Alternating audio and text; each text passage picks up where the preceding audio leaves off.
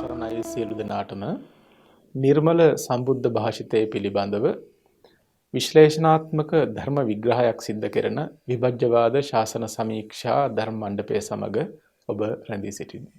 අදත් සුපුරුදු පරිදි සාකච්ඡා මණ්ඩපය සඳහා වැඩම කොට සිටිනවා ලබනෝරුව කන්ද ආරණ්‍ය සේනාසනාධිපති රාජකීය පඬිතු ශාස්ත්‍රපති කොත්මලේ කුමාර කස්සප පඬිතු හාමුදුරන් වහන්සේ අපි තාමත් ගෞරවයෙන් පඬිතු හාමුදුරන් වහන්සේ පිළිඅර ගන්නවා. තෙරුවන් සරණයි කස්සප. තෙරුවන් සරණයි සර්. සම්බුද්ධ භාෂිතය පිළිබඳව ක්‍රමානුකූල දැනුමක් අවබෝධයක් ඇති කරගෙන තිබීම බෞද්ධ හැම කෙනෙක්ගේම ජීවිතවලට ඉතාමත්ම වැදගත්. විශේෂයෙන් ඔබගේ ලෞකික ජීවිතයට වගේම ලෝකෝත්තර ජීවිතයටත් එහි වැදගත්කම ප්‍රමාණ කළ නොහැකි තරම්. මේකෙදි මේ ක්‍රමානුකූල දැනුම කියන එකෙන් අදහස් කරේ ධර්ම කරුණු පිළිබඳව පියවරෙන් පියවර ඔබ ලබා ගන්නා දැනුම සහ අවබෝධය කියන එක. මෙන්න මේ තැනට ඔබේ අවධානය විශේෂයෙන් යොමු කළ යුතුයි. අන්න ඒ නිසාමයි මේ විභජ්‍යවාද ශාසන සමීක්ෂා ධර්ම මණ්ඩපය සිද්ධ කරන්නේ. මෙහිදී විශේෂයෙන් අපි කරන්නේ බුද්ධ භාෂිතයේ තියෙන ඒ උත්තරීතර ධර්ම સિદ્ધාන්තයන් පිළිබඳව හාත්පස විශ්ලේෂණාත්මක ධර්ම විග්‍රහයක් සිද්ධ කරන්නේ. ඉතින් ඔබට මේ වැඩසටහනත් එක්ක දිගටම රැඳී සිටීම තුළින් බුදුදහමේ සඳහන් වෙන ඒ උත්තරීතර ධර්ම સિદ્ધාන්ත පිළිබඳව හාත්පස අවබෝධයක් ඇති කරගන්නට හොඳ අවස්ථාවක් සැලසෙනවා. ඉතින් අපි පසුගිය සති කිහිපයක කතා කළා අවිද්‍යාව පිළිබඳව. අවිද්‍යාව ගැන කතා කරනකොට අවිද්‍යාව සංයෝජනයක් වන්නේ කෙසේදයි කියන ප්‍රස්තුතයට අපි එළඹියා. ඉතින් ඒ ගැන කතා කරනකොට අපිට දස සංයෝජන ගැන කතා කරන්න සිද්ධ වුණා. මක් නිසාද? අවිද්‍යා සංයෝජනය ගැන කතා කරනකොට දස සංයෝජනයන් පිළිබඳව තියෙන අවබෝධය ඉතාමත් වැදගත් වෙන නිසා. අපේ කස්සප හාමුදුරනේ අපි ඉදිරි විස්තරයට යන්න කලින් ඒ දස සංයෝජන පිළිබඳව යම්කිසි සැකවින් හෝ හැඳින්වීමක් කැටිකොට හැඳින්වීමක් කරන්න මම හිතන්නේ ඉතාම වැදගත් වෙයි. තෙරුවන් සරණයි සියලු දෙනාටම. සංයෝජන ධර්ම පිළිබඳව අපි සාකච්ඡා කිරීමේදී අපි මූලික ලෙසම කතා කළා සංයෝජනයක් කියලා කියන්නේ කුමක්ද කියන කාරණාව. සංයෝජනයක් කියලා කියන්නේ බැඳුමක් නැතිනම් බන්ධනයක්. කෙනෙක් සසරට බැඳලා තබන රැහනක් වගේ බැඳුමක් වගේ අපි කතා කරන්නේ සංයෝජන ධර්ම. එතකොට ඒ එක එක භූමීන්ට අදාළව එහෙම නැතිනම් එක එක දිගපළල තියෙන බැඳුම් තියෙනවා. එතකොට ඒ දිගපළල තියෙන බැඳුම් වගේ තමයි මේ එක එක සංයෝජනයන් යෙදෙන භූමීන් නැතිනම් එක එක සංයෝජනයන්ගේ තියෙන ක්‍රියාකාරීත්වයන්. මේක හරියට මේ හරක් ටිකක් ගාලක ගැට ගහලා තියනවා වගේ. එතකොට ඒ ලණුවේ ප්‍රමාණයට ළඟ සහ දුර තීරණය වෙනවා යන්නට පුළුවන්. ඒ වගේ කාමාවචර, රූපාවචර, අරූපාවචර ආදී විවිධ තලයන්ට විවිධ භූමීන්ට පත්වන්නට පුළුවන්කම තිබුණත් ඒ හැම කෙනෙකුටම පොදු වූ සංයෝජන ධර්මතාවයන් තියෙනවා.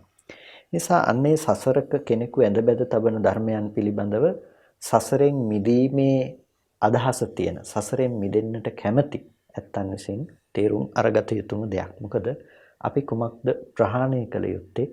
ඒ ධර්මයන් අපි කෙලෙසද ප්‍රහාණය කළ යුත්තේ කියන දැනුමක් ඒ ධර්මයන් පිළිබඳව දැනගැනීමෙන්ම තමයි ඇති කරගන්නට පුළුවන්කම තියෙන්නේ. ඉතින් සංයෝජන 10ක් පිළිබඳව අපි එතනදී සාකච්ඡා කළා. සංයෝජන 10ක් පිළිබඳව කතා කරනකොට ප්‍රධාන ලෙස අහන්න අපිට ලැබෙන සංයෝජන 10ක් අපි කතා කරනවා. සක්කාය දිට්ඨි, විචිකිච්ඡා, සීලබ්බත පරාමාස, කාමරාග, පටිඝ, ඊට පස්සේ රූප රාග, අරූප රාග, මාන, උද්ධච්ච, අවිජ්ජා කියලා දස සංයෝජන ධර්මයක් අපිට අහන්නට ලැබෙනවා. නමුත් මෙතනදී අපි පාදක කරගත්තේ ධම්මසංගණි ප්‍රකරණයෙහි සංයෝජන විභාගය පිළිබඳව. එතකොට මේ ධම්මසංගණි ප්‍රකරණයෙහි යෙදෙන සංයෝජන ධර්මයන් අර සාමාන්‍යයෙන් අපි දකින සංයෝජන 10ට වඩා වෙනස් වෙන කරුණු තමයි ඇතුළත් වෙන්නේ. හැබැයි මේ සාදෘශ්‍යතාවයන්, මේ සංයෝජන ධර්මයන් මේ වෙනස්ව හැඳින්නුවට සාදෘශ්‍යතා අපිට දක්වන්නට පුළුවන්කම තියෙනවා. දස සංයෝජනයන්ගේ පළවෙනිම සංයෝජනයේ හැටියට අපි කතා කළා කාමරාග සංයෝජනය. කාමරාග සංයෝජනය කියනකොට අපි ඒ කාමයේ පිළිබඳව ඇති කැමැත්ත, කාමයේ පිළිබඳව ඇති ඇලෙන කම, ස්නේහය, කාමරාගය කියන දේ ඇතුළත් කොට කතා කරන්නට යෙදුණා. ඊට පස්සේ පටිඝ සංයෝජනය. ඒ පටිඝ සංයෝජනය කියලා කියන්නේ පටිඝ ගැටීම් සහගත ස්වභාවයේ ද්වේෂය නැතිනම් තද ගතිය කෙනෙකු සතුව තියෙන ඒ ගැටෙන ගතිය තමයි පටිඝ සංයෝජනයේ හැටියට අපි කතා කරන්නට යෙදුනේ. මාන සංයෝජනය කියන එක ඒ කෙනකෙනා තුල පවතින වෙමි කියන හැඟීම හා අනුව ගියපු සෙය්‍ය සදිස හීනාදී වශයෙන් ඇති කරගත්ත මාන ස්වභාවය පිළිබඳව අපි කතා කළා. දිට්ඨි සංයෝජනය කියලා කියනවා කෙනකෙනාගේ සිතෙහි ඇතිවන දෘෂ්ටි සහගත කෙලෙසයන්ට ඒ දිට්ඨියට දිට්ඨි සංයෝජනයයි කියලා කියනවා. ඊට පස්සේ විචිකිච්ඡා සංයෝජනය කියලා කියනවා මේ විචිකිච්ඡාවට එහෙමත් නැතිනම් අපි සැකය පිළිබඳව මුල් කරගෙන මේ බුද්ධ ආදී අටතැන් පිළිබඳව සැකයක් අපි එතනදී විග්‍රහ කරන්නට යෙදුණා. ඒ වගේම සීලබ්බත පරාමාස කියන කාරණාවෙදී සීල වෘත පරාමර්ශණය කිරීම කියන එක සංයෝජනයක් හැටියට පෙන්වනවා. සීල වෘත පරාමර්ශණය කිරීම මේ ශාසනයෙන් බාහිරව කොහොමද සීල වෘත පරාමර්ශණය කරන්නේ? මේ ශාසනයේ ඇතුළත්ව ඉන්නවා කියලා හිතාගෙන කොහොමද සීල වෘත පරාමර්ශණය කරන්න කියන කාරණාව අපි එතනදී බොහොම ගැඹුරින් සාකච්ඡා කළා. මොකද ගොඩක් වෙලාවට සීල වෘත කිව්වම සීලබ්බත පරාමාස කිව්වහම අපි හිතනවා අයිතෝ බහිද්දා මේ ශාසනයෙන් බාහිර විතරයි මේ දේවල් තියෙන්නේ කියලා. හැබැයි මේ ශාසනයම කියලා හිතාගෙන සමහර විට ශික්ෂාපද සමාදන්ව ගත්තත් එය කොහොමද සීලබ්බත පරාමාසයකින් ඇසුරු කරන්න කියලා අපි සාකච්ඡා කරන්නට යෙදුණා. ඊට පස්සේ භවරාග සංයෝජනය භවයන් පිළිබඳව ඇති ඇලීම කියන එක රූප භව අරූප භව ආදී පිළිබඳව තියෙන තෘෂ්ණා නිස්ෘත අදහස භවරාග සංයෝජනයේ විදිහට කතා කළා. ඒ වගේම ඉස්සා සංයෝජනය පසුගිය සතිය තුල අපි කතා කළා ඊර්ෂ්‍යාව. එතකොට ඊර්ෂ්‍යාව කොහොමද අපිට ප්‍රභේදව හටගන්නේ මේක කොහොමද අපිට වංචකව ඉදිරිපත් වෙන්නේ කියන එක. ඒ වගේම මච්චරිය සංයෝජනය මසුරු බව කියන එක කියන්නේ කොහොමද?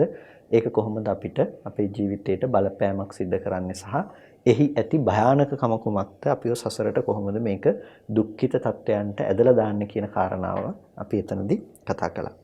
ඊට පස්සේ අපි යම් පමණකට විග්‍රහ කරගන්නට යෙදුනේ අවිජ්ජා සංයෝජනය පිළිබඳව. අවිද්‍යාව සංයෝජන ධර්මයක්.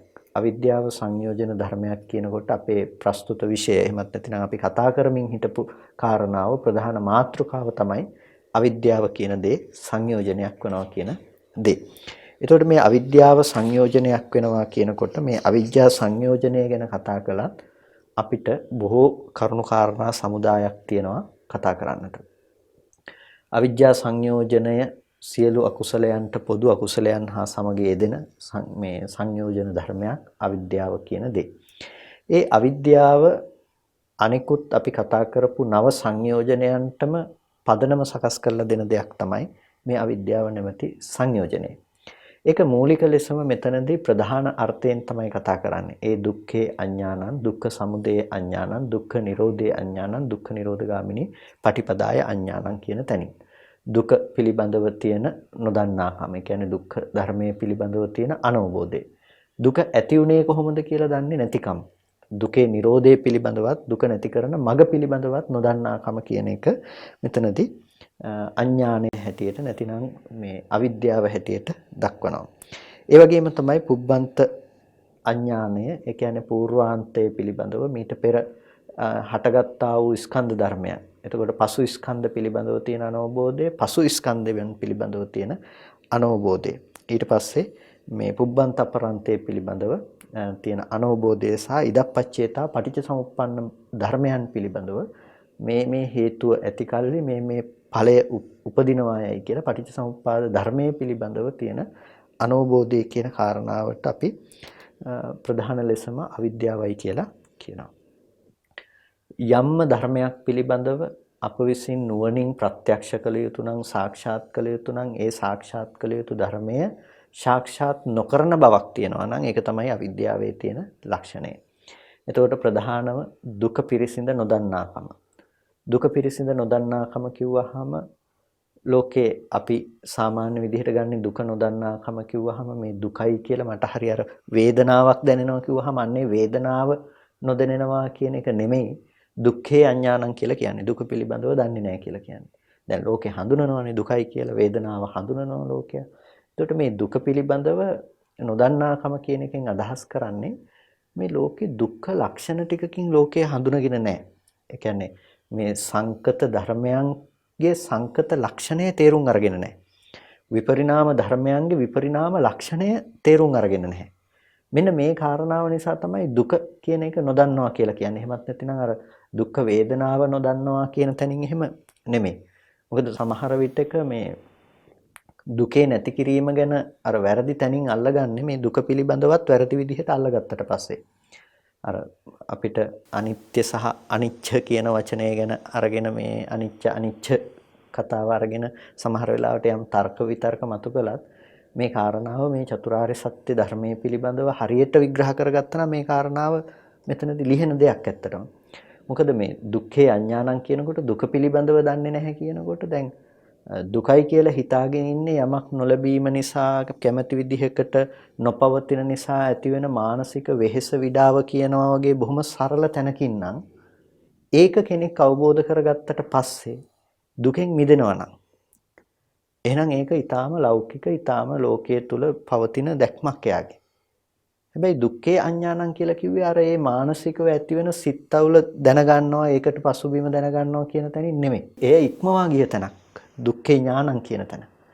එතකොට ඒ ඉක්මවා ගිය තැනක් කියලා කියන්නේ දුක්ඛ ආර්ය සත්‍ය පිළිබඳව දන්නාකමක් එතන තියෙන. ඒ කියන්නේ සංකත ධර්ම දන්නවා. සංකත ධර්ම කියලා කියන්නේ මේ ධර්මය හේතු නිසා හට ගන්නවා කියලා දන්නවා. එතකොට හේතු නිසා හටගත්තා නම් ඒ ධර්මයේ හේතු නැති වෙනකොට නැති වෙලා යනවා කියලා දන්නවා. අන්න එතකොට ලෝකේ දෙයක් පිළිබඳව පවතින යමක් පිළිබඳව කතාවක් එතනින් එහාට ගොඩනගන්නේ නැහැ. එතකොට කැමැත්ත ඉෂ්ට කරන්න හෝ කැමැත්ත ඉෂ්ට නොකරන්න හෝ දෙයක් ලෝකේ තියනවද නැද්ද කියලා තර්කයකටවත් නොයන තරමේ තීක්ෂණ ප්‍රඥාවක් උපදවලා දෙනවා මේ දුක්ඛේ ඥානං කියන තැන. දුක පිළිබඳව දන්නේ නැති වුනහම මොකද වෙන්නේ? එයා දුක හටගත්තේ කොහොමද කියලා දන්නෙත් නැහැ. ඒ නිසා ලෝකයාට දුක කියන දේ ලැබෙන්නේ වේදනාවක් විදියට. ඒක තමයි ලෝකයාට දුක ලැබෙන දේ. එතකොට මේ වේදනාව හටගත්ත විදිහ ගැන ඒගොල්ලෝ තීරණය කරනවා. ඒ කියන්නේ අද අපේ ජීවිතේ නැත්නම් ඔබේ ජීවිතේ දිහා බැලුවොත් ඔබට දුක හටගන්න පැත්ත ගැන ඔබට පේනවා. එතකොට දරුවෙක් ලෙඩ වුණොත් දුකයි, අම්මා තාත්තා ලෙඩ වුණොත් දුකයි, මේ දේවල් නැති වුණොත් දුකයි, කැමති දේවල් නැති වුණොත් දුකයි. එතකොට දැන් දුක පිළිබඳව මෙහෙම දැක්මක් ලෝකෙට තියෙනවා. මොකද හරියටම දුක දැක්කේ නැහැ. දුක දැක්කේ වැරදියට. එහෙනම් එයා දුක හටගත්ත විදිහ දකින්නේ වැරදියට. මොකද එයා දුක තේරුම් ගත්තේ දුක්ඛ ආර්ය සත්‍ය තේරුම් ගත්තේ නැති නිසා. ඒ නිසා එයාට තේරෙන්නේ දරුවා ලෙඩ වුණ එක නිසා තමයි මට දුක ආවේ. එයාට එතනින් එහාට දෙයක් හිතෙන්නෙම නැහැ. ඒ නිසා එයා දුක නැති කරන්න නම් මොකද්ද කරන්න කියලා හිතන්නේ. දුකේ නැති බව තේරුම් ගන්න යනකොට එයා හිතනවා එහෙනම් මම දරුවා ලෙඩ නොවී තියාගන්න පුළුවන් නම් ඒක තමයි මට දුක නැතුව ඉන්න පුළුවන් එකම ක්‍රමය. මුදල් නැති නිසා නම් මට දුක ආවේ. මට මුදල් හම්බ කරගත්තා නම් මට සතුටින් ජීවත් වෙන්න පුළුවන්. ඒක තමයි එයා දුක නැති කරගන්න දකින්න එකම ක්‍රමය ඒක. එහෙනම් එයා දුකේ නැතිවීම පිළිබඳව හරියට දන්නෙත් නැහැ. එයා එහෙමනම් දුකේ නැතිවීමත් වැරදි විදිහට ග්‍රහණය කරගන්නවා. ඒකට වෙන විකල්පයක් එයා යෝජනා කරගන්නවා. ඊට පස්සේ ඒ යෝජනා කරගත්ත විකල්පය ඉෂ්ට කර ගැනීම සඳහා එයා යම් මගක් තෝරගන්නවා. එතකොට ඒ දුක්ඛ නිරෝධගාමිනී පටිපදාය අඥානං. එයා දන්නේ නැහැ හරියටම දුක නිරුද්ධ කරගන්නේ කොහොමද කියලා. දුක්ඛ නිරෝධ වන ප්‍රතිපදාව එයා දන්නේ නැහැ. දන්නේ නැතිකම නිසා මොකද වෙන්නේ? එයාගේ ජීවිතය තුළ එයා දුක නැති කරලීම පිණිස වෙනත් මගකින් උත්සාහවත් වෙනවා. දැන් එයා උත්සාහවත් වෙනවා දරුවා ලෙඩ නොවී තියාගන්නේ කොහොමද? අම්මා තාත්තා ලෙඩ නොවී තියාගන්නේ කොහොමද? ඒ වගේම මුදල් විනාශ නොවී තියාගන්නේ කොහොමද? මම කැමති විදිහට ලෝකේ පවතිනවා නම් ඒ විදිහට මම තියාගන්නේ කොහොමද? අනිත් අයගෙන් මම වචන අහන්නේ නැතුව, බැනුම් අහන්නේ නැතුව මම ජීවත් වෙනවා නම් ඒ ජීවත් වෙන්නේ කොහොමද? දැන් අර දුක එන පැති දන්නවා. වැරදි විදිහටයි දැනගත්තේ. ඒ අවිද්‍යාවේ ලක්ෂණය නිසා දැන් එයා ලෝකෙට නැඹුරු වෙලා ලෝකේ තියෙන කටයුතු වලින්ම වැහිලා උත්සාහවත් වෙනවා මම කොහොමද දැන් දුක නැති කරන්නේ කියලා. ඒ උත්සාහවත් වෙනකොට එයාට පේනවා දැන් දුක ජීවිතේ නිකම්ම උත්සාහවත් වෙනකන් දුක නැති කරගන්න පුළුවන්කම තියෙනවා. සමහර වෙලාවට ඒ උත්සාහය මගහැරුණොත් හරි ප්‍රත්‍ය ධර්මතා වෙනස් වෙනකොට හරි එයාට කරා දුක පැමිණෙනවා. ඒ නිසා ඒක දුකෙන් මිදෙන්න පුළුවන් කමක් නෙමෙයි. අවිද්‍යාව ඇතුළෙම දුක නැති කරන්න ක්‍රමයක් තමයි හොයලා තියෙන්නේ. ඒ නිසා මේ ධර්මතා ටික යම් කෙනෙකුට තියෙනවා නම් ඒකට කියනවා දුක්ඛේ අඥානං, දුක්ඛ සමුදය අඥානං, දුක්ඛ නිරෝධය අඥානං, දුක්ඛ නිරෝධගාමිනී පටිපදාය අඥානං කියලා. ඒකට සාධකය තමයි, ඒකට නිර්ණායකය තමයි ඔබේ ජීවිතය. ඒ කියන්නේ අපි ජීවත් වෙනවා දුක නැති කර ගැනීම පිණිස අපේ ජීවිතේ. එතකොට ඒ විදිහේ ජීවිතය සම්පූර්ණයෙන්ම අවිද්‍යාව මත යන දෙයක්. අවිද්‍යා නියුතෝ ලෝකෝ. මේ ලෝකේ අවිද්‍යාවෙන් සම්පූර්ණම වැහිලා තියෙන්නේ. එතකොට අවිද්‍යාව නිසා මේ ලෝකය ප්‍රකට වෙන්නේ නැහැ. පේන්නේ නැහැ. එතකොට යම් කිසි කෙනෙකුට අවිද්‍යාව නැති කරගන්නට පුළුවන් වුණොත් ඔහුට දුක්ඛේ ඥානං දුක පිළිබඳව දැක්ම ඇති කරගත්තොත් එයා දන්නවා ස්කන්ධ ධර්මතා ටිකක් හටගෙන නැති වෙන එක එතන තියෙන දුක්ඛ ලක්ෂණයක් කියලා.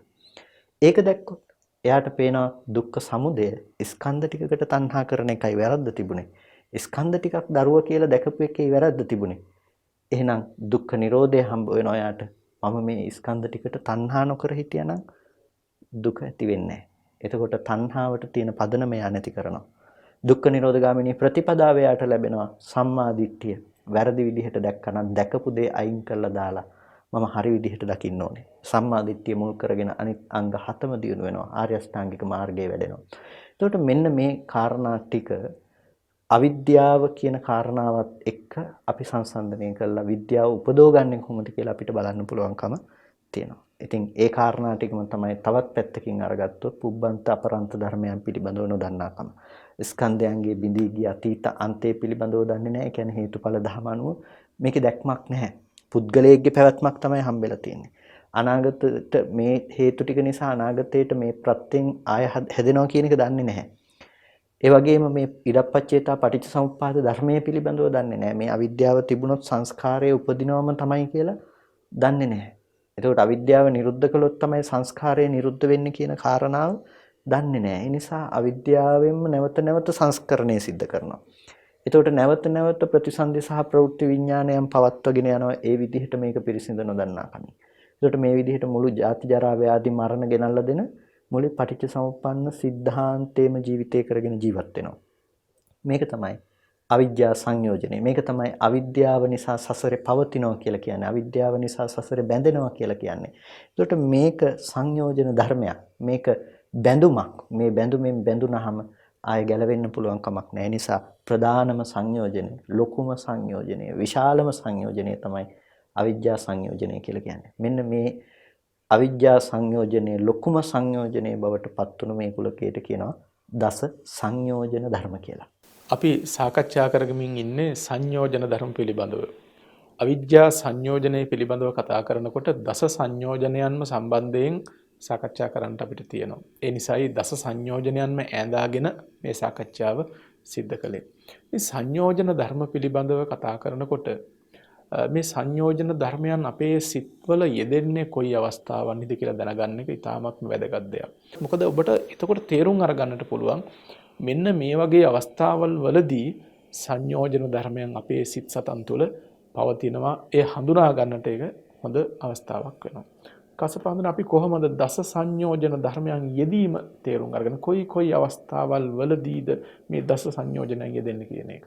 දස සංයෝජන ධර්ම පිළිබඳව අපි කතා කරනකොට මේ දස සංයෝජන ධර්මයන්ගේ යෙදීම පිළිබඳවත් අපිට බොහොම පැහැදිලිව ධම්මසංගණි ප්‍රකරණයෙහි විග්‍රහ වන ආකාරයේ දකින්නට පුළුවන්කම තියෙනවා. ඒ දස සංයෝජන ධර්මයන්ගේ භාවිතය නැතිනම් දස සංයෝජන ධර්මයන් යෙදෙන අවස්ථා පිළිබඳව විශේෂයෙන් සලකනකොට මේ පළවෙනි සංයෝජනය කාමරාග සංයෝජනය. කාමරාග සංයෝජනං අට්ඨසු ලෝභ සහගතේසු චිත්තුප්පාදේසු උපජ්ජති. මේ කාමරාග සංයෝජනය ලෝභ සහගත චිත්තෝත්පාද 8හි තමයි යෙදෙන්නේ. එතකොට අපි දන්නවා අභිධර්මය අනුව සිත් වශයෙන් අපි කතා කරනවා අකුසල චිත්තයන්. අකුසල චිත්තයන්ගේ පළවෙනි අකුසල් සිත් 8 තමයි ලෝභ සහගත සිත් 8 කියලා කියන්නේ. එතකොට ඒ සෝමනස්ස සහගත දිට්ඨිගත සංපයුක්ත අසංකාරික සිත සහ සෝමනස්ස සහගත දිට්ඨිගත සංපයුක්ත සසංකාරික සිත කියන සිත් දෙකත් ඒ වගේම සෝමනස්ස සහගත දිට්ඨිගත විප්පයුක්ත අසංකාරික සහ සෝමනස්ස සහගත දිට්ඨිගත විප්පයුක්ත සසංකාරික සිත කියන සිත් හතරත් උපේක්ඛා සහගත ඒ කියන්නේ ඔක්කොම සිත් ඒ වෙනකොට හතරයි උපේක්ඛා සහගත දිට්ඨිගත සංපයුක්ත අසංකාරික සහ සසංකාරික උපේක්ඛා සහගත දිට්ඨිගත විප්පයුක්ත අසංකාරික සහ සසංකාරික කියන සිත් හතරත් 4යි. මේ සිත් 8 තමයි අෂ්ට ලෝභ සහගත සිත් හැටියට විග්‍රහ වෙන්නේ. එතකොට මේ කාමරාග සංයෝජනයේ යෙදෙන්නේ මේ ලෝභය හා අනුයාත දෙයක්නේ කාමරාගය කියලා කියන්නේ. එතකොට මේ අට ලෝභ සහගත සිත්වල තමයි මේ කාමරාග සංයෝජනය යෙදෙන්නේ. යම් කිසි කෙනෙක් දැන් සෝමනස්ස සහගත කියලා කියනකොට ඒ ක්‍රියාව සිද්ධ කරන්නේ බොහොම සතුටින් සොම්නස් සහගත ස්වභාවයකින්. එතකොට ditthිගත සංප්‍රයුක්තයි කියලා කියන්නේ ඒක දෘෂ්ටිය හා සමග යෙදී පවතිනවා. ඔහුගේ පවතින මිත්‍යා දෘෂ්ටිය වැරදි දැකීම හා යෙදී පවතින දෙයක්. එතකොට මේ ditthිගත සංපයුක්ත අසංකාරිකයි. අසංකාරිකයි කියලා කියන්නේ ඒක එක්කෝ තමාම හිතලා තමාගේම මෙහෙවීම අනුව බොහොම නොපසුබස්නා වූ සිතින් යුක්තව යම් ක්‍රියාවක් කරනවා නම් ඒ ක්‍රියාව කිරීමට මුල් වන සිත අපි හඳුන්වනවා අසංකාරිකයි කියලා. ඒක සසංස්කාර සිතක් නෙමෙයි අසංකාරිකයි කියන්නේ තව කෙනෙකුගේ මෙහෙවීමක් නෑ. තමා විසින්ම හිතලා හිතේ නොපසුබස්නාකමකින් යුක්තව තමා විසින්ම ඒ ක්‍රියාව බොහොම කැමැත්තෙන්ම සිද්ධ කිරීම. එතකොට මේ ප්‍රධාන ගති ටිකකින් තමයි මේ යම් ක්‍රියාවක තියෙන ගති ටිකකින් තමයි මේ සිත හඳුන්වා දෙන්නේ සෝමනස්ස සහගත. එතකොට ඒක කරන බව තුල තියෙනවා බොහොම හිතේ තියෙන සොම්නස් බවක්. එතකොට දැන් මවක් තමන්ගේ දරුව දැකලා බොහොම ආදරයෙන් මේ දරුවව වැළඳ ගන්නවා. නැතිනම් මේ දෙවියන් විසින් මවා දීපු දරුවෙක්යි කියලා නැතිනම් දෙවියන් වහන්සේ විසින් දීපු දරුවෙක්යි කියලා මේ දරුවා ගැන බොහොම ආදරෙන් මේ දරුවා වැළඳ ගැනීමක් කරනවා නම් දැන් අපි මේ අවස්ථාවේ තියෙන ලක්ෂණ ටික බෙදලා බැලුවොත් එහෙම ආදරෙන් වැළඳ ගැනීම සිද්ධ කරන්නේ බොහොම සොම්නස් සහගත සිතින්. ඒ වගේම මේ දෙවියන් විසින් ලබා දුන්නායයි කියන සංකල්පයත් එක්ක ditthi සහගත බව තියෙනවා. ඉතින් මේ බොහොම රළු උදාහරණයක් පමණයි මේ කතාව. එතකොට මේ ditthිගත සංපයුක්ත භාවයේ තියෙනවා. මවගේ කැමැත්තෙන් උත්සාහයෙන් මේ දේ සිද්ධ කරනකොට ඒකට කියනවා අසංකාරික සිතක් කියලා.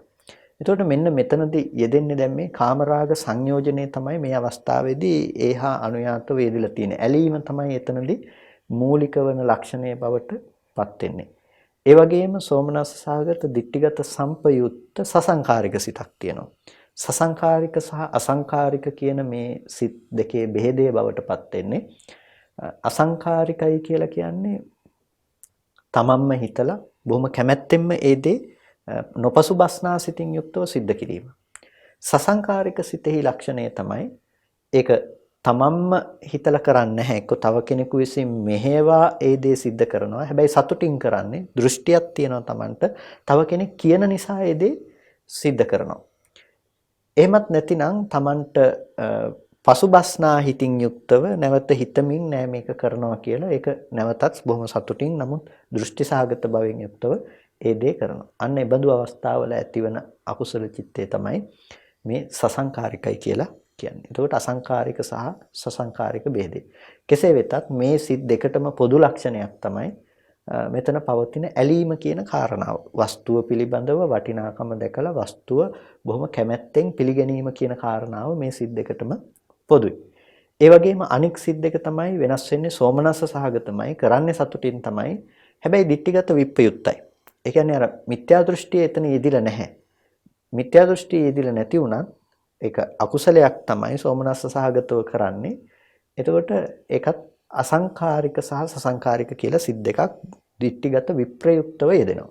ඒ කියන්නේ දෘෂ්ටියේ යෙදෙන්නේ නැතුව මිත්‍යා දෘෂ්ටියේ යෙදෙන්නේ නැතුව සිත් දෙකක් යෙදෙනවා. එතකොට මෙන්න මේ සිත් දෙකේදීත් ඒද වස්තුව කෙරෙහි ඇලීම ඒක හොඳයි කියලා ගැනීම සිද්ධ කරනවා. හැබැයි එතන අර මිත්‍යා දෘෂ්ටියේ යෙදිලා නැහැ. ඒ නිසා ditthිගත විප්‍රයුක්ත බව තියෙනවා. අර කලින් කියපු සිත් දෙකේ ditthිගත සංප්‍රයුක්ත බව තියෙනවා. එතකොට මෙන්න මේ සිත් හතරට කියනවා සෝමනස්ස සහගත සිත් හතරක්.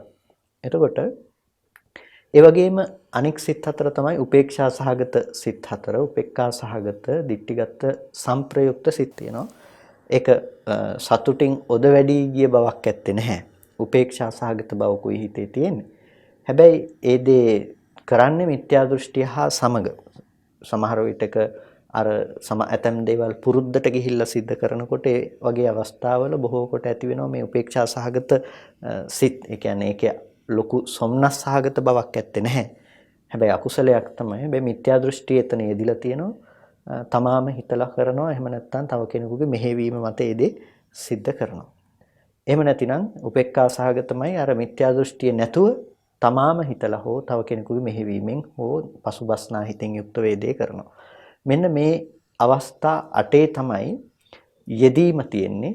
ඒ කියන්නේ කාමරාග සංයෝජනය කියන එක. ඒ කියන්නේ ඇලීම කියන දේ. ලෝකේ වටිනවා කියලා හිතාගෙන ඉන්න දේවල්, කැමතියි කියලා හිතාගෙන ඉන්න දේවල්. එතකොට ඒ දේවල් වටිනාකමක් දකිනවා ලෝකේ ඒ පවතින වස්තුන් වල.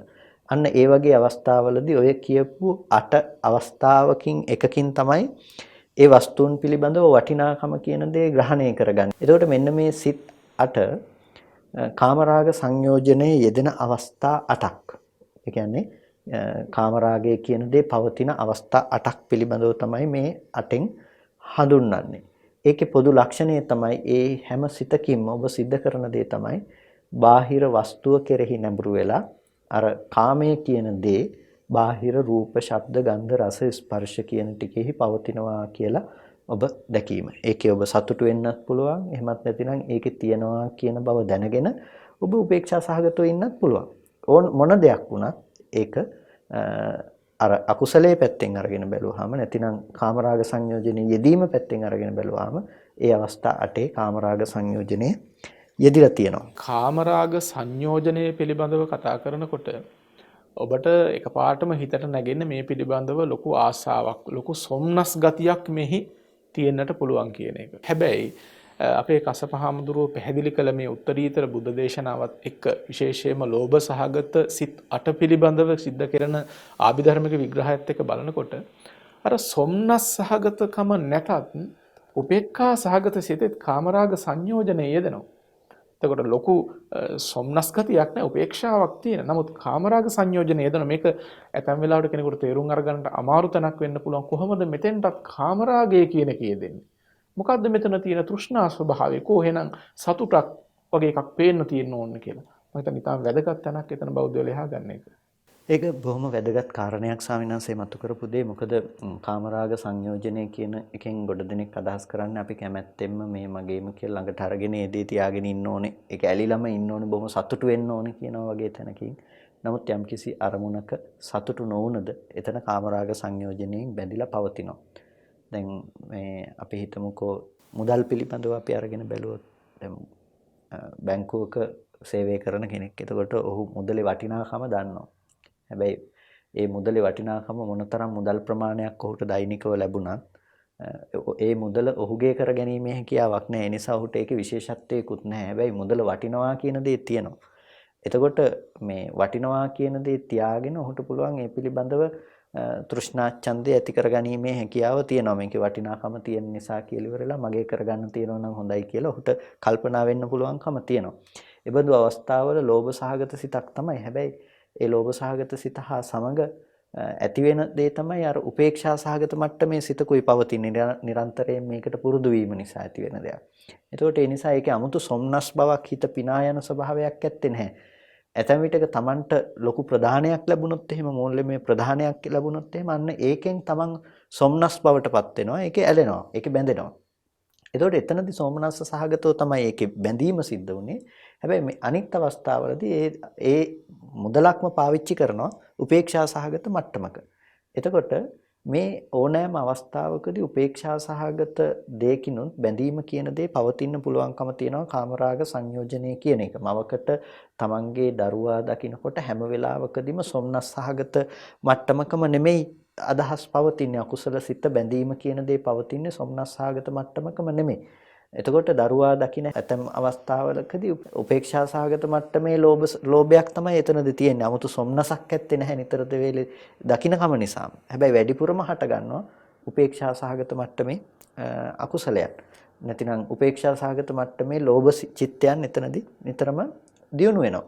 එතකොට මෙන්න මේ විදිහට අපි බලනකොට මේ අර හිතේ සොම්නස් බවම ඔද වැඩි භාවයේම මෙතනදී තියෙන්නට අවශ්‍යයි කියලා එකක් ඇත්තේ නැහැ. ඒක නැති වුණත් මේ කාමරාග සංයෝජනය එතන පවතිනවා. එතකොට කාමරාග සංයෝජනයේ ලක්ෂණයේ විදිහට මම හිතන්නේ මේක තේරුම් ගත්තොත් මේ සිද්ධවන්නේ කුමක්ද කියන එක ගැන ඔබට තේරුම් ගන්නට පුළුවන්කම තියෙනවා. කාමය කියලා කියන්නේ කුමක්ද? කාම ගුණ කියන්නේ මොකක්ද? එතකොට කාමයේ සහ කාම ගුණ අතර මේ වෙන සම්බන්ධයේ ගනුදෙනුව මොකක්ද කියලා තේරුම් ගත්තාම මේ කාමරාගය කියන දේ මේ සිද්ධ වෙන සංයෝජනයක් විදිහට සිද්ධ වෙන දේ තේරුම් ගන්න හරි පහසුයි. ඒ කියන්නේ කාමය කියන දේ තමන්ගේ සංකල්පයේ පැත්තෙන් ඇති කරගන්න රාගයක් තියෙන්නේ. එතකොට අනිකුත් දේ නැතිනම් වස්තුව පැත්තෙන් පවතින දේ පැත්තෙන් පේන්නේ පංචකාම ගුණය කියලා ඒක විස්තර කරන්නේ. නේතේ කාමා කියලා බුදුරජාණන් වහන්සේ ඒකට දේශනා කරනවා. මේ දේවල් කාමයේ නෙමෙයි. අපිචිතේ කාම ගුණ අරියස් විනය විචිති. මේවලට කියන්නේ කාම ගුණ කියලා තමයි මේ ආර්ය විනය කියන්නේ කියලා. එතකොට මේ කාම ගුණය පිළිබඳව තමයි අපි කාමයේ පවත්වාගෙන යන්නේ. සංකල්පමය වශයෙන් පවත්වාගෙන යනු ලබන දේ අර කාමයේ පැත්තට දාලා බලනකොට අපිට කාම රාගය කියන දෙයට වස්තු විශයක් හම්බ වෙනවා. භෞතිකව පවතින දෙයක් හම්බ වෙනවා. අන්න ඒ බඳු මානසික මට්ටමක් ඔබ සොම්නස් සහගතව වැළඳ ගන්නත් පුළුවන්. උපේක්ෂා සහගතව වැළඳ ගන්නත් පුළුවන්.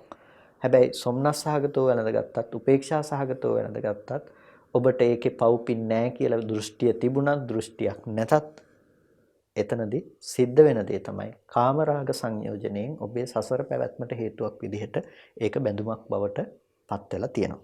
ආභිධර්මික සිත් ක්‍රමය පිළිබඳව හොඳ විශ්ලේෂණයක් සිදු කරගන්න ඉතාමත් වැදගත් දෙයක්. විශේෂයෙන් බෞද්ධ පින්වතුන් තම තමන්ගේ මේ සිත් හසර මෙහෙවා යෑමේදී තම තමන්ගේ දිනදා කටයුතු සිද්ධ කරනකොට මේ අවස්ථාවේදී පවතින මෙන්න මේ වගේ චිත්තසංතානයක් මේ වගේ ගති ලක්ෂණයන් මේ සිතක තියෙන්නේ මේ බඳු සංයෝජන ධර්ම තියෙනවා මේකේ කියලා තේරුම් අරගන්න එක හිත හදාගන්න උත්සාහවත් වෙන කෙනෙකුට ඉතාමත්ම වැදගත් වෙන කාරණාවක්.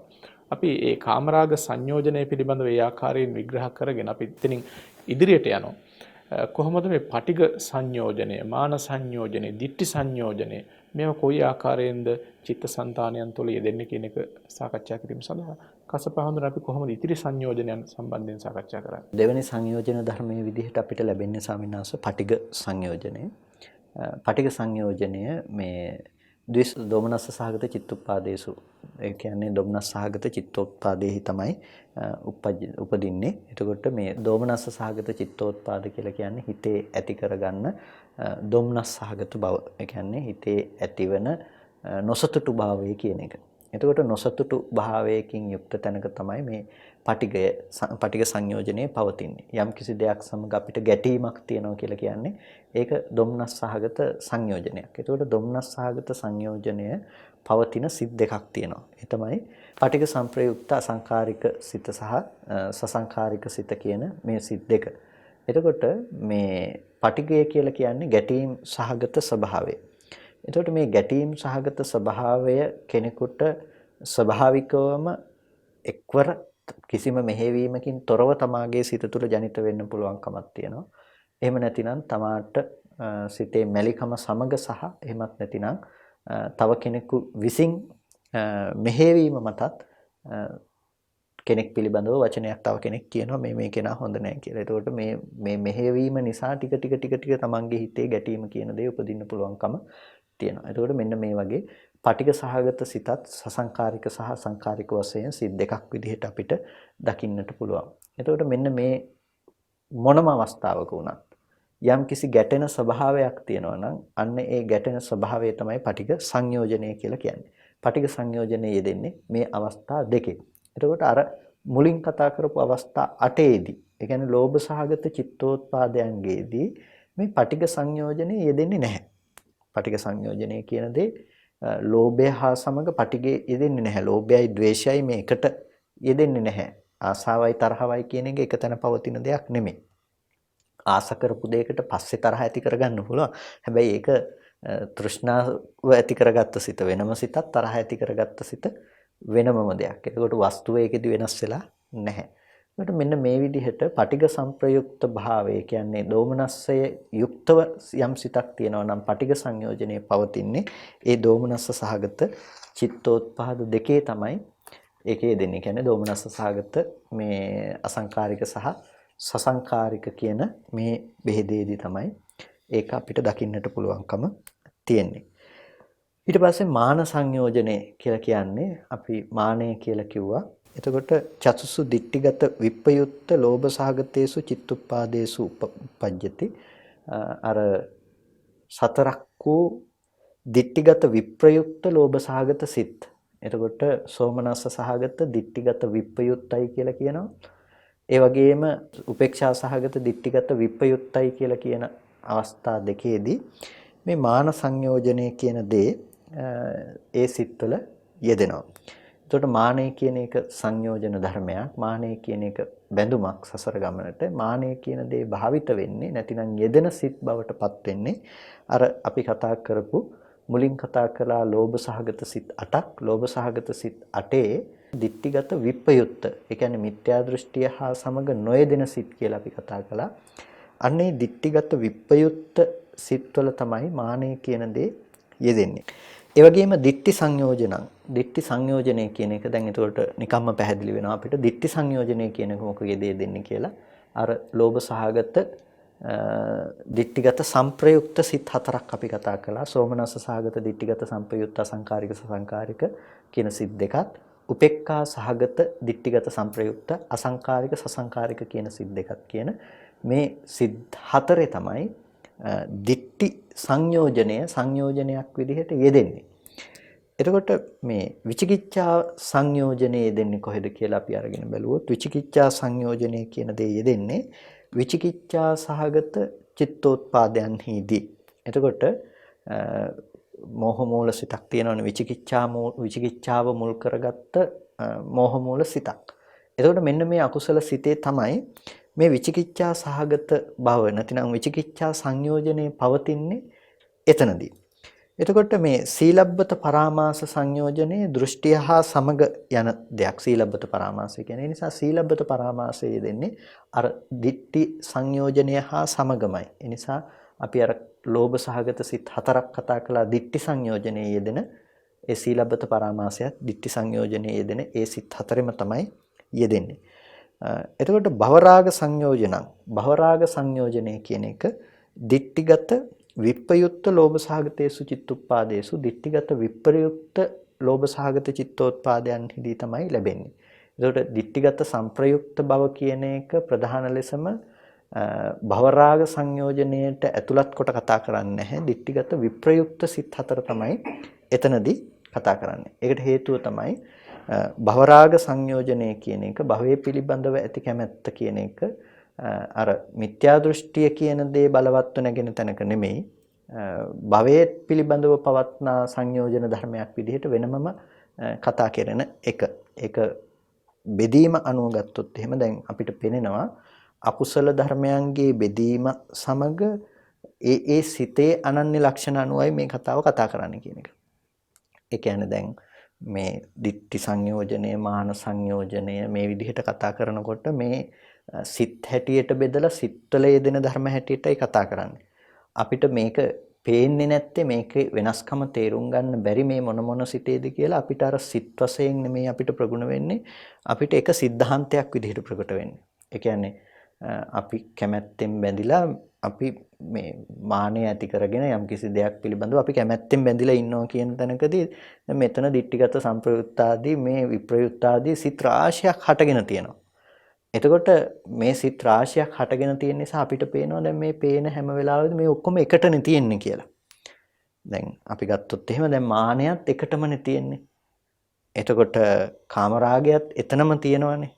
එතකොට මේ සංයෝජන ධර්මතා ටිකේ දිට්ඨියත් එතනම තියෙනවානේ. දැන් අපිට ඒ විදිහට මේ ඔක්කොම එකට පවතිනවා කියලා දකින්න පුළුවන්කම තියෙනවා. එතකොට දැන් මේ දිට්ඨිය පවතින තැන එහෙනම් මානය දෙදිලා නැහැ මේ කියන ක්‍රමවේදය අනුව. හැබැයි අපිට එකට දැනෙනවා. ඒ කියන්නේ මේ කතා කරන න්‍යාය අපි තේරුම් ගන්නට අවශ්‍යයි. මේ කතා කරන්නේ අර සිත් වශයෙන් ඒ අකුසල චෛතසික අකුසල ධර්මයන් යෙදෙන න්‍යාය අනුවයි මේ කතා කරන්නේ. එහෙම නැතිනම් අර සම්මුතිය තුළ අපිට සාමාන්‍යයෙන් අකුසලයක් ඇති වෙනවා කියලා මේ ලෝකේ අපිට දැනෙන සිදුවීමක් පිළිබඳව නෙමෙයි මේ කතා කරන්නේ. මේක බෙදලා සිත් වශයෙන් ධර්මතා වශයෙන් බෙදලා කරන කතාවක් තමයි මේ කතා කරන්නේ. මොකද ඒ කාරණාව පැහැදිලි කළේ නැත්නම් කෙනෙකුට මේකේ සාධාරණ ප්‍රශ්නයක් ඇති වෙන්නට පුළුවන්කම තියෙනවා. හැබැයි මේ අකුසල සිතක් හට ගන්නවා කියලා කියන්නේ මේ පැයක් තිස්සේ එකම අකුසල සිත තියනවා කියන එකට එහෙම නෙමෙයි. මේ සිත් බොහොම ඉතාමත් වේගවත්ව රාශියක් ඇති වෙලා යනවා.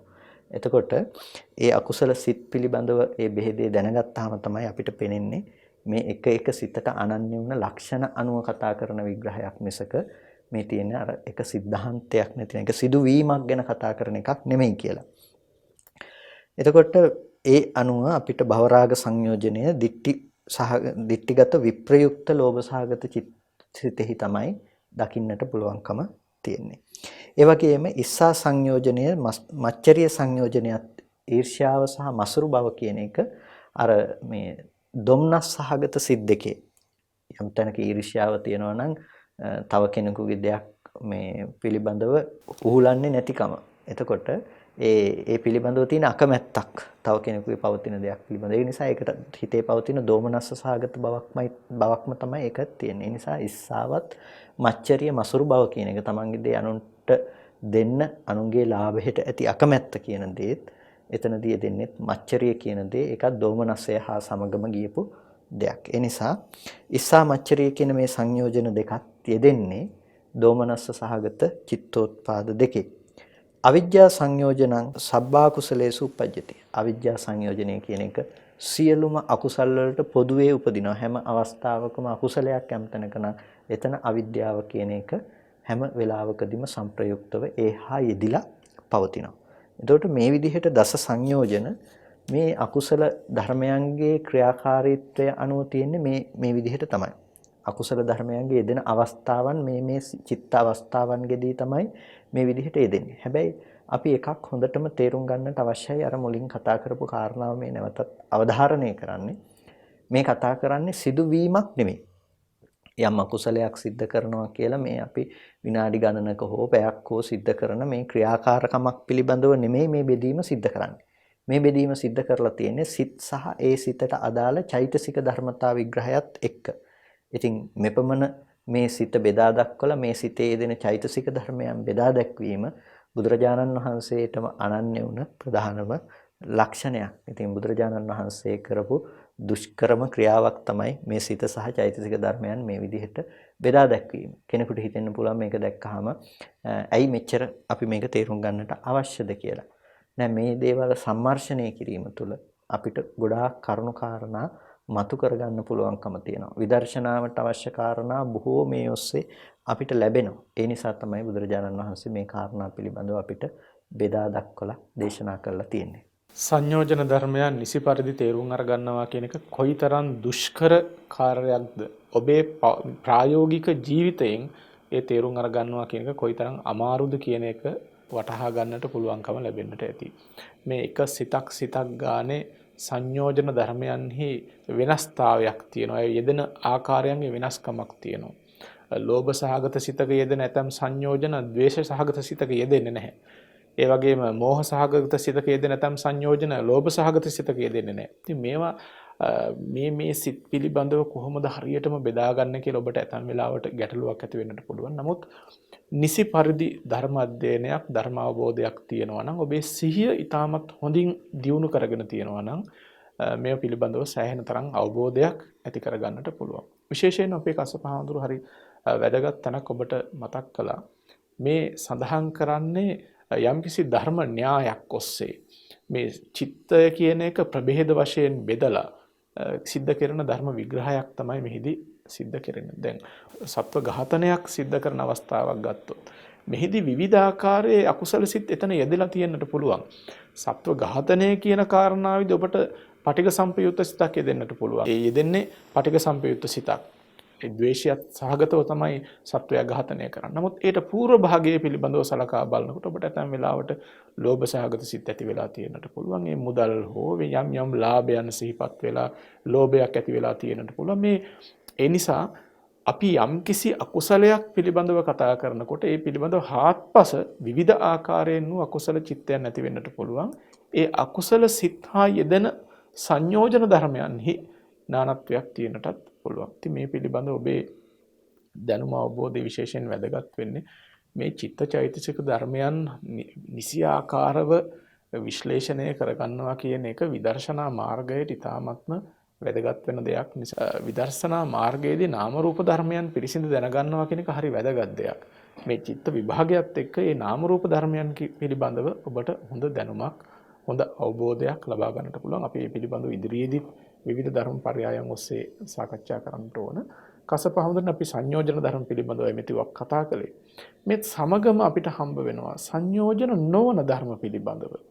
එතකොට සංයෝජන සහ සංයෝජන නොවන ධර්ම මොකක්ද කසපහමුදුරන් සංයෝජන නොවන ධර්ම හැටියට අපි හඳුනාගන්නේ? මේ විග්‍රහය ස්වාමීන් වහන්සේ මේ ධම්මසංගණිප්පකරණයෙහි අපිට දකින්නට ලැබෙන මේ සුවිශේෂ විග්‍රහයක්. මොකද හාත්පස කරන විග්‍රහයක්. ඒක පුංචි පුංචි තැන්වලින් කොහොමද මේක වෙනස් වෙලා යන්නේ කියන එකෙන් ලොකු අර්ථ මතු කරන විග්‍රහයක්. ඉතින් මේ ධර්මයේ සංයෝජනයි කියලා දක්වලා එහෙනම් සංයෝජන නොවෙන්නේ කොමන ධර්මයෝද කියලා ඊට පස්සේ විග්‍රහ කොට දක්වනවා. ඒකට මොනවද මේ සංයෝජන නොවන ධර්ම? කතමේ ධම්මා නො සංයෝජන. ඒකට මේ සංයෝජන නොවන ධර්මතා හැටියට අපිට දක්වනවා ටපෙත්තා සංයෝජනේ අර කියපු දස සංයෝජන ටික අතහැරලා දාලා මේ දස සංයෝජන හැරුණකොට අවශේෂං අකුසල. තව අකුසල් තියෙනවා නම් එතකොට මේ දස සංයෝජන ටික අතහැරලා තව අකුසල් තියෙනවා නම් දැන් දස සංයෝජනයන්ට අයිති නොවන වෙන වෙන අකුසල තියෙන්නට පුළුවන්. අකුසල චෛතසික තියෙනවා. ඊට පස්සේ අකුසලයන් පිළිබඳ සිත් තියෙනවා. එතකොට මේ දස සංයෝජනයන්ට ඇතුළත් නොවන ඒ ධර්මය අවශේෂ අකුසලයක් තියෙනවා නම් ඒ සියලුම අකුසල් චිත්තය සහ චෛතසික වශයෙන් ඇති වෙන සියලුම අකුසල් කියලා කතා කරන දේවල් සංයෝජන නොවන ධර්ම. ඒවා සංයෝජන නෙමෙයි.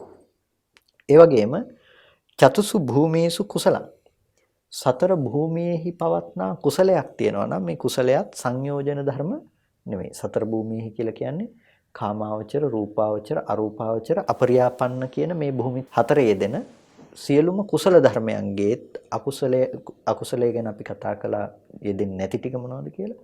එතකොට මේ කුසල ධර්මයන්ගේ මේ සංයෝජන ධර්ම යෙදෙන්නේ නැහැ. නැතිනම් සංයෝජන නොවන ධර්මයන් ඒවා.